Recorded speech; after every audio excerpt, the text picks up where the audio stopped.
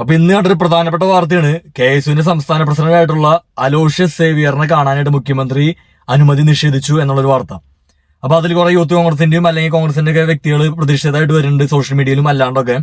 അപ്പൊ അവര് പറഞ്ഞ കാര്യം എന്ന് വെച്ച് കഴിഞ്ഞാൽ ഹിന്ദു ഐക്യവേദിയുടെ നേതാക്കളെ കാണാനൊക്കെ അല്ലെങ്കിൽ മറ്റു സാമുദായിക നേതാക്കളെയും അല്ലെങ്കിൽ മറ്റു പാർട്ടിയിലത്തെ ആൾക്കാരെ കാണാനായിട്ട് സതീശൻ മുഖ്യമന്ത്രിക്ക് സമയമുണ്ട് അല്ലെങ്കിൽ അനുമതി കൊടുക്കുന്നുണ്ട്. എന്തുകൊണ്ട് KSUവിന്റെ സംസ്ഥാന പ്രസിഡന്റിന് അല്ലെങ്കിൽ KSU പോലത്തെ ഇത്രയ്ക്ക് കോൺഗ്രസിനെ സപ്പോർട്ട് ചെയ്യുന്ന ഒരു പ്രസ്ഥാനത്തിന്റെ പ്രസിഡന്റിന് കാണാൻ മുഖ്യമന്ത്രിക്ക് സമയമില്ല അല്ലെങ്കിൽ അനുമതി കൊടുക്കണില്ല എന്നാണ് അവർ ചോദിക്കുന്നത്. അത് കനത്ത പ്രതിഷേധമൊക്കെയായിട്ട് വരുന്നുണ്ട്. അപ്പൊ അതിനുള്ള രണ്ട് കാര്യമുണ്ട്. അതിൽ മെയിൻ കാര്യം എന്ന് വെച്ച് കഴിഞ്ഞാൽ ഇതിന്റെ ഒപ്പം തന്നെ കൂട്ടി വായിക്കേണ്ട ഒരു സംഭവം ഉണ്ട്. ഒരു 3-4 ദിവസം മുമ്പ് ഒരു വാർത്തയിൽ കണ്ടിട്ടുണ്ടായിരിക്കും, സീനിയർ ഗവൺമെന്റ് പ്ലീഡറായിട്ട് ഒരു RSS കാരനെ നിയമിച്ചു എന്നുള്ളത്, ഒരു ശരത് എന്ന് പറഞ്ഞ വ്യക്തി. അപ്പോ ഈ ഗവൺമെന്റ് പ്ലീഡറിനെ നിയമിക്കുന്നത് എന്ന് പറഞ്ഞാൽ നമ്മുടെ ഇപ്പോഴത്തെ UDF ഗവൺമെന്റ് ആണ്. ഒപ്പം തന്നെ അത് ആ വകുപ്പ് കൈകാര്യം ചെയ്യുന്നത് മുഖ്യമന്ത്രിയാണ്. ഇപ്പോൾ നമ്മുടെ സതീശന്റെ വകുപ്പിലത്തെ മുഖ്യമന്ത്രിയുടെ വകുപ്പാണ് ഇതിനെ നിയമിക്കുന്നത് സീനിയർ ഗവൺമെന്റ് പ്ലീഡറായിട്ട്. അപ്പൊ ഈ ശരത്തിനെ പറ്റി പറയുകയാണെങ്കിൽ RSS ആയിട്ടുള്ള ആൾക്കാരുടെ അല്ലെങ്കിൽ BJP അനുകൂല വ്യക്തികളുടെ കൊലപാതക കേസിന് വരെ അവർക്ക് അനുകൂലമായിട്ട് അപ്പിയർ ചെയ്യേണ്ട വ്യക്തിയാണ്. ഒപ്പം തന്നെ ഈ യൂത്ത് കോൺഗ്രസ്സുകാര് പറയുന്ന കാര്യം എന്ന് വെച്ച് കഴിഞ്ഞാൽ ആള് കോളേജ് സമയങ്ങളിൽ ABVPയുടെ ആളായിരുന്നു, BJP അനുകൂല വ്യക്തിയാണ്. ഏതാണ്ട് ഒരു DYFI നേതാവിനെ കൊലപ്പെടുത്തിയ കേസിൽ BJP RSS അവർക്കോ വേണ്ടി അപ്പിയർ ചെയ്തിട്ടുണ്ട് ഇങ്ങേര്. അങ്ങനെ ഒപ്പം തന്നെ ഇങ്ങേര് ഫേസ്ബുക്ക് പേജ് ഈ ദിവസങ്ങളിൽ അത് ഡീആക്ടിവേറ്റ് ആയി. അപ്പൊ അതിലും ഈ പറഞ്ഞ പോലെ BJP അനുകൂല ഫോട്ടോസ് എന്തെങ്കിലും ഉണ്ടായിരിക്കാം, പറഞ്ഞ മനസ്സിലായില്ല. അപ്പൊ ഇത് മീഡിയ വണ്ണൊക്കെയാണ് അത് വാർത്തയായിട്ട് പുറത്തുവിട്ടത്. അപ്പൊ അപ്പൊ ആ നിയമനം, അതായത് സീനിയർ ഗവൺമെന്റ് പ്ലീഡറായിട്ട് ഈ ശരത്ത്, അതായത് RSS അനുകൂല വ്യക്തിനെ നിയമിച്ചതിന്റെ പ്രതിഷേധം അറിയിക്കാനാണ് ഈ അലോഷ്യസ് സേവിയർ മുഖ്യമന്ത്രി കാണാൻ അനുമതി തേടിയത്. പറഞ്ഞ മനസ്സിലായ അതൊരു കാര്യം. രണ്ടാമത്തെ ഒരു കാര്യം എന്ന് വെച്ച് കഴിഞ്ഞാൽ ഈ മുഖ്യമന്ത്രി, നമ്മുടെ സതീശ് മുഖ്യമന്ത്രി ആയ പിന്നെ മെയിനായിട്ട് കണ്ട കുറച്ച് ആൾക്കാരെന്ന് വെച്ചാൽ അതിലൊരാള് നമ്മുടെ രാജീവ് ചന്ദ്രശേഖർ, BJPയുടെ സംസ്ഥാന അധ്യക്ഷനും ഇപ്പൊ നിലവിലുള്ള BJPയുടെ 3 MLA-മാരിൽ ഒരാളുമായിട്ടുള്ള രാജീവ് ചന്ദ്രശേഖർ. ഒപ്പം തന്നെ ഏഷ്യാനെറ്റ് ന്യൂസിന്റെ മുതലാളിയായിട്ടുള്ള രാജീവ് ചന്ദ്രശേഖറിനെ ഒപ്പിരുന്ന് കാണുന്ന ഫോട്ടോസ് അതോടെ കാണിക്കാം. ഒപ്പിരുന്ന് കണ്ടു മുഖ്യമന്ത്രി. ഒപ്പം തന്നെ CPM വിരുദ്ധ വിഷം ചീറ്റുന്ന അല്ലെങ്കിൽ യൂട്യൂബറായിട്ടുള്ള മറുനാടൻ മലയാളിനെ പോയി കണ്ടു. അല്ലെങ്കിൽ ഒപ്പിരുന്ന് മുഖ്യമന്ത്രി കാണാനുള്ള അനുമതി കൊടുത്തു, അതിന്റെ ഫോട്ടോസ് ഉണ്ട്. ഒപ്പം തന്നെ ഇപ്പൊ ഹിന്ദു ഐക്യവേദി, അതായത് ശശികല തുടങ്ങിയ വ്യക്തികൾ, അതായത് അല്ലെങ്കിൽ വർഗീയ വേഷം ചുറ്റുന്നതെന്ന് ആൾക്കാർ പറയുന്ന ഈ കോൺഗ്രസ്സുകാരനെ പറയുന്ന ആൾക്കാർ കാണാനൊക്കെ അനുമതി കൊടുത്തു.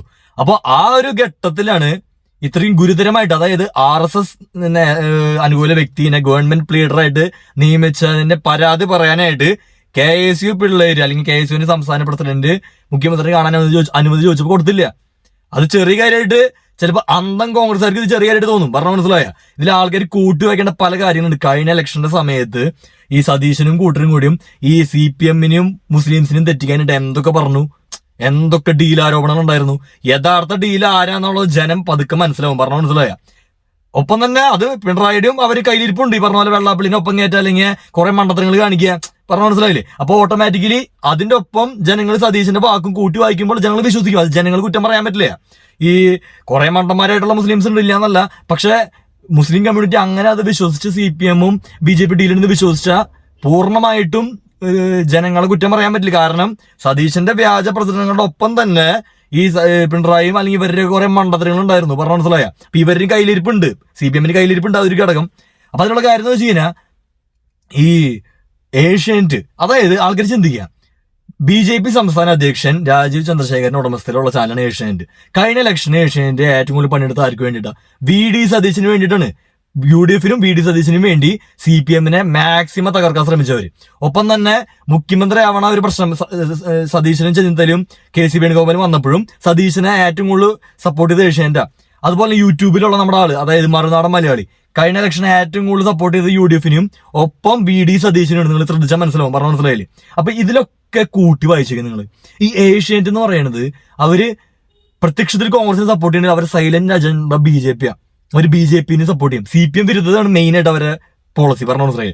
ഒപ്പം തന്നെ ഈ മറുനാടൻ മലയാളി ആളും കോൺഗ്രസിനെ സപ്പോർട്ട് ചെയ്യും, ലൈറ്റ് ആയിട്ട് സൈഡിൽ കൂടെ BJP-നെ സപ്പോർട്ട് ചെയ്യും, പറഞ്ഞ മനസ്സിലായി. ആളുടെ കോമൺ എനിമി CPIM ആണ്. അപ്പൊ ഇതിൽ ആൾക്കാർ മനസ്സിലായിരുന്നു വെച്ച് കഴിഞ്ഞാൽ ഇപ്പോ സതീശൻ BJP ഡീൽ എന്നുള്ള ആരോപണം ഉന്നയിക്കും, ആൾക്കാർ ചിന്തിക്കും അങ്ങനെയാണെങ്കിൽ എന്തായിരിക്കും ഡീൽ ഇവർ തമ്മിൽ? ഇപ്പൊ സതീശൻ BJPയുടെ ആൾക്കാരൊക്കെ, അല്ലെങ്കിൽ ഇപ്പോ സതീശന്റെ ഗവൺമെന്റിൽ BJP അനുകൂല വ്യക്തികളൊക്കെ നിയമിക്കുക. ഇപ്പൊ മറ്റേ B അശോക IAS നിയമിച്ചു. ആൾക്ക് ഒരു BJP ടച്ച് ഉള്ളതായിട്ട് എനിക്ക് തോന്നിയിട്ടുണ്ട്. ഒപ്പം തന്നെ ഇങ്ങനെ നിയമിക്കുമ്പോൾ എന്തായിരിക്കും തിരിച്ച് സതീശന് കൊടുത്തിട്ടുണ്ടാവാന്ന് ആൾക്കാർ ചിന്തിക്കും. അത് ഇത്ര ഉള്ളൂ. കഴിഞ്ഞ ഇലക്ഷന് ഇപ്പൊ ഏഷ്യാനെറ്റും മറുനാടൻ മലയാളിയും പോലത്തെ BJP അനുകൂലതയുള്ള ചാനലുകൾ, അല്ലെങ്കിൽ ഇപ്പോൾ ഏഷ്യാനെറ്റ് ഓഫ് കോഴ്സ് BJP അനുകൂലം എല്ലാവർക്കും പ്രത്യക്ഷത്തിൽ അറിയാൻ പറ്റും. മറുനാടൻ മലയാളിന് എനിക്ക് ഒബ്സർവ് ചെയ്ത് മനസ്സിലായി. ഇതൊക്കെ എനിക്ക് എന്റെ ഒബ്സർവേഷൻ ആട്ടോ പറഞ്ഞിട്ടില്ല. ഇപ്പൊ ഞാനൊരു രാഷ്ട്രീയ നിരീക്ഷകനാണ്. ഇപ്പോ ഏഷ്യാനെറ്റിൽ വന്നിരിക്കുന്ന 10 CPM വിരുദ്ധ രാഷ്ട്രീയ നിരീക്ഷകർ പോലെയല്ല ഞാൻ ശരിക്കും രാഷ്ട്രീയം നിരീക്ഷിച്ചിട്ട് തന്നെ നിഷ്പക്ഷരാന്ന് ഞാൻ പറയില്ലേ, ഓഫ് കോഴ്സ്. പക്ഷെ വ്യക്തമായ രാഷ്ട്രീയം നിരീക്ഷിക്കേണ്ട ഒരു വ്യക്തി എന്നുള്ള രീതിയിൽ എനിക്ക് മനസ്സിലായ കാര്യം എന്ന് പറഞ്ഞാൽ മറുനാടൻ മലയാളിയും ഏഷ്യനെറ്റും നല്ല ടൈപ്പ് ഉണ്ട്. അവർ രണ്ടുപേരും അജണ്ടകൾ, CPM വിരുദ്ധ അജണ്ടകൾ പ്രത്യക്ഷത്തിൽ കോൺഗ്രസിനെ സപ്പോർട്ട് ചെയ്ത് സൈഡിലൂടെ പ്രതിപക്ഷത്തേക്ക് BJP എത്തിക്കാനുള്ള ഒരു അജണ്ടയാണ്. അത് എനിക്ക് വ്യക്തമായി മനസ്സിലായ കാര്യമാണ്. എന്റെ രാഷ്ട്രീയ നിരീക്ഷണത്തിൽ പറഞ്ഞു മനസ്സിലായി. ഇതൊക്കെ എന്റെ നിഗമനങ്ങൾ, അല്ലെങ്കിൽ ഇതിപ്പോ ആരും ആക്ഷേപിക്കാൻ അല്ലെങ്കിൽ ആരും കരുവാരി തയ്ക്കാനല്ല. എന്റെ രാഷ്ട്രീയം ഒരു പൊതു പൗരൻ എന്ന രീതിയിൽ എല്ലാ മാധ്യമങ്ങളെയും ഒബ്സർവ് ചെയ്യണം, അല്ലെങ്കിൽ കേരള പൊളിറ്റിക്സ് ഒബ്സർവ് ചെയ്യുന്ന ഒരു വ്യക്തി എന്നുള്ള രീതിയിലാണ് എന്റെ ഒക്കെ അഭിപ്രായം ഞാൻ പറയണം. പറഞ്ഞു മനസ്സിലായില്ലേ? അപ്പൊ അതിനുള്ള കാര്യം എന്ന് വെച്ച് കഴിഞ്ഞാൽ മെയിൻ വേറെ കാര്യം കൂടി ഉണ്ട്. അതായത് ഈ ഡീൽ വെക്കുമ്പോൾ വേറെ കാര്യം നമ്മൾ പറയണം. ഈ കോൺഗ്രസ്സുകാർക്കും UDFകാർക്കും ഇതിൽ പങ്കിടുന്നത് പറയാനും പറ്റില്ല. കാരണം വെച്ച് കഴിഞ്ഞാൽ ഇപ്പൊ കോൺഗ്രസ്സുകാർക്കും UDFകാർക്കും ഒക്കെ CPM തകർക്കണമെന്നുണ്ടാവും, പക്ഷെ അവിടെ BJP വളർത്തുന്നുണ്ടാവില്ല. പറഞ്ഞു മനസ്സിലായില്ലേ? പക്ഷെ സതീശന്റെ ചില നിലപാടുകൾ കാണുമ്പോൾ നമുക്ക് സംശയം വരുന്നത്. പറഞ്ഞു മനസ്സിലായില്ലേ? ഒപ്പം തന്നെ സതീശന് കൊടുക്കുന്നത് പിന്തുണ, അതായത് BJPക്കാരൊന്നും ഇപ്പൊ രാജീവ് ചന്ദ്രശേഖർ ആയാലൊന്നും ഇപ്പൊ വേറെ ആൾക്കാർ ചിന്തിക്കുക. അതായത് CPM ഭരണത്തിൽ ഉണ്ടായിരുന്നപ്പോ BJP CPM നന്നായി അറ്റാക്ക് ചെയ്തിരുന്നു. അത് അപ്പൊ പറയാം ഓട്ടോമാറ്റിക്കലി പ്രതിപക്ഷങ്ങൾ, അത് കോൺഗ്രസ് ആയാലും BJP ആയാലും ഭരിക്കണ പാർട്ടിനെ അറ്റാക്ക് ചെയ്യണം. ഓഫ് കോഴ്സ് അത് ജനാധിപത്യമാണ് അങ്ങനെ. പക്ഷെ CPM അധികാരത്തിൽ നിന്ന് പോയി കഴിഞ്ഞിട്ടും കോൺഗ്രസ് അധികാരത്തിൽ വന്നിട്ടും BJP അപ്പൊ അധികാരത്തിലുള്ള പാർട്ടി കോൺഗ്രസിനെ അറ്റാക്ക് ചെയ്യണൊക്കെ കൂടുതൽ BJPനെ അറ്റാക്ക് CPM അറ്റാക്ക് ചെയ്യുന്നുണ്ട്. ഇതൊക്കെ കൂട്ടി വായിക്കുക നിങ്ങൾ. പറഞ്ഞു മനസ്സിലായി? ഇതൊക്കെ നിങ്ങൾക്ക് മനസ്സിലാക്കിയാൽ മതി. ഇപ്പൊ നമുക്കിത് ഇപ്പൊ എനിക്ക് പേഴ്സണലി നിങ്ങൾ ഇത് മനസ്സിലാക്കിയെങ്കിലും പ്രശ്നമുള്ള കാര്യമൊന്നുമില്ല. പക്ഷെ ഞാൻ പറയാനുള്ളത് പറഞ്ഞായിരുന്നു. പറഞ്ഞു മനസ്സിലായില്ലേ? അതായത് BJPക്ക് വേണ്ടത് കോൺഗ്രസിന് അടുത്ത 5 വർഷം കഴിയുമ്പോൾ കോൺഗ്രസിന് തന്നെ അവിടെ ഇരുത്തണം. പറഞ്ഞു മനസ്സിലായ? ഇപ്പൊ ഇന്ത്യയില് BJPയുടെ മെയിൻ ശത്രു കോൺഗ്രസ് ആയിരിക്കും. പക്ഷെ കേരളത്തിൽ BJPയുടെ മെയിൻ ശത്രു അത് ആൾക്കാർക്ക് പല കാര്യങ്ങളായിട്ടും ചെറിയ രീതിക്ക് മനസ്സിലായിട്ടുണ്ടാവും.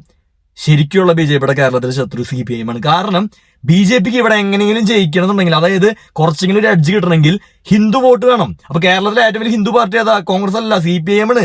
പറഞ്ഞു മനസ്സിലായ? അപ്പൊ അവർക്ക് എങ്ങനെയെങ്കിലും CPM, അതാണ് ശബരിമലയ്ക്ക് വന്നപ്പോ കോൺഗ്രസിനെ ഉള്ളത് BJP ഏറ്റെടുത്തു. കാരണം എന്തുകൊണ്ട് അവർക്ക് എങ്ങനെയെങ്കിലും CPM തകർത്തിട്ട് ആ ഹിന്ദു വോട്ട് ഫുള്ള് ഇങ്ങോട്ട് വരണം. പറഞ്ഞു മനസ്സിലായ? അപ്പൊ എന്താ സംഭവിച്ചാൽ അതിനുവേണ്ടി BJPക്കാര് CPM അല്ലെങ്കിൽ മുസ്ലിം ഡീൽ എന്ന് പറയും, അല്ലെങ്കിൽ SDP ഡീൽ എന്ന് പറയും.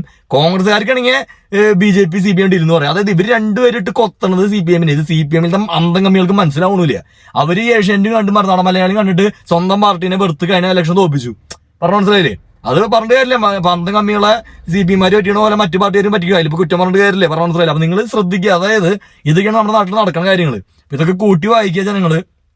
പിന്നെ ഇതിലിപ്പോ വേറെ ആൾക്കാർ പറയും ഇപ്പോ BJP-നെ ഇത്രയ്ക്ക് അടച്ച് ആക്ഷേപിക്കേണ്ട മറ്റുള്ള ഒരു പുണ്യാളവനാണ് എന്ന് ഞാൻ പറയില്ല. അതായത് ഇപ്പോ വർഗീയമായിട്ടുള്ള കാര്യങ്ങൾ പറയുകയാണെങ്കിൽ അത് BJP-നെ മാത്രം നമ്മൾ പറയാൻ പാടില്ല. മുസ്ലിം കമ്മ്യൂണിറ്റി അല്ലെങ്കിൽ മുസ്ലിം ലീഗിന്റെ പ്രവർത്തകരും വർഗീയമായിട്ടുള്ള പരാമർശങ്ങൾ നടത്തുന്നുണ്ട്. അതിപ്പോ പൂർണ്ണമായിട്ട് BJP-നും അല്ലെങ്കിൽ RSS-നും നമ്മൾ അടിച്ചാക്ഷേപിക്കാൻ പാടില്ല. കാരണം അവരൊരു പരിധി വരെ കേരളത്തിൽ വളരുന്നത് ഈ പറഞ്ഞ പോലെ ശക്തമായ ഒരു മുസ്ലിം കമ്മ്യൂണിറ്റി ഉള്ളതുകൊണ്ടും കൂടിയാണ്. പറഞ്ഞു മനസ്സിലായ? അപ്പൊ എല്ലാവരുടെ ഭാഗത്തും ശ്രദ്ധിക്കുക, കാര്യങ്ങള് ഒരു പരിധി വരെ കറക്റ്റ് ആയിട്ട് കൊണ്ടുപോവുക. ഈ കേരളത്തിലെ ഈ സെക്യുലർ ആയിട്ടുള്ള ഇപ്പോഴത്തെ ഒരു ശാന്തമായിട്ടുള്ള, ഇപ്പൊ കഴിഞ്ഞ 10 വർഷമായാലും ഇനിയിപ്പോ കോൺഗ്രസ് ഭരിക്കുമ്പോഴായാലും വലിയ പ്രശ്നങ്ങളൊന്നും ഫീൽ ചെയ്യണില്ല കമ്പാരിറ്റീവ്ലി. അതായത് മറ്റ് സംസ്ഥാനങ്ങൾ വെച്ച് നോക്കുമ്പോ കേരളം 100% പെർഫെക്റ്റ് എന്നല്ല, മറ്റു സംസ്ഥാനങ്ങൾ വെച്ച് നോക്കുമ്പോൾ വലിയ അതുപോലത്തെ വർഗീയ ലഹളകളോ, അല്ലെങ്കിൽ ഇപ്പൊ ഗുജറാത്തിലെ എനിക്ക് പരിചയമുണ്ട്. ഇപ്പൊ എന്റെ ഒരു പരിചയത്തിലുള്ള പയ്യൻ ഗുജറാത്തിൽ പോയപ്പോ അവിടെ ആദ്യം തന്നെ അവൻ ട്രെയിനിലാണ് പോയത്. ട്രെയിൻ ഇറങ്ങിയപ്പോ ആദ്യം തന്നെ ചോദിച്ചു തരുന്നു, നീ ഏത് മതത്തിൽപ്പെട്ട ആളാണെന്ന് ചോദിച്ചത്. പറഞ്ഞു മനസ്സിലായ? അങ്ങനെയുള്ളൊരു സ്ഥലങ്ങളാണ് ഇന്ത്യയിൽ പല സംസ്ഥാനങ്ങളും. അപ്പൊ അങ്ങനെയൊക്കെ വെച്ച് നോക്കുമ്പോൾ കേരളം കമ്പാരിറ്റീവ്ലി 100% പെർഫെക്റ്റ് അല്ലെങ്കിൽ കമ്പാരിറ്റീവ്ലി ബെറ്റർ ആണ്, കമ്പാരിറ്റീവ്ലി ഓക്കെയാണ് ജീവിക്കാൻ. അപ്പൊ ആ ഒരു സുഖം കളയരുത്. എല്ലാവരും ശ്രദ്ധിക്കുക. അത് ക്രിസ്ത്യൻ കമ്മ്യൂണിറ്റി ആണെങ്കിലും മുസ്ലിം കമ്മ്യൂണിറ്റി ആണെങ്കിലും ഹിന്ദു കമ്മ്യൂണിറ്റി ആണെങ്കിലും നിങ്ങൾ ശ്രദ്ധിക്കുക.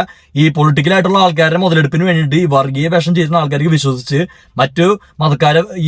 മറ്റു മതക്കാരോടുള്ള വെറുപ്പ് സൃഷ്ടിക്കാനാണ് ഈ മാധ്യമങ്ങളും പൊളിറ്റിക്സും ഒരു പരിധി വരെ ശ്രദ്ധിക്കുക. എല്ലാവരും അല്ലെങ്കിലും, പക്ഷെ അങ്ങനെ മുതലെടുക്കാൻ ശ്രദ്ധിക്കുക. അതായത് ഡിവൈഡ് ആൻഡ് റൂൾ എന്ന് പറഞ്ഞ ടെക്നിക്ക് ഉണ്ട്. പറഞ്ഞു പറയാം. അപ്പൊ അത് ആൾക്കാർ മനസ്സിലാക്കി മുന്നോട്ട് പോവുക.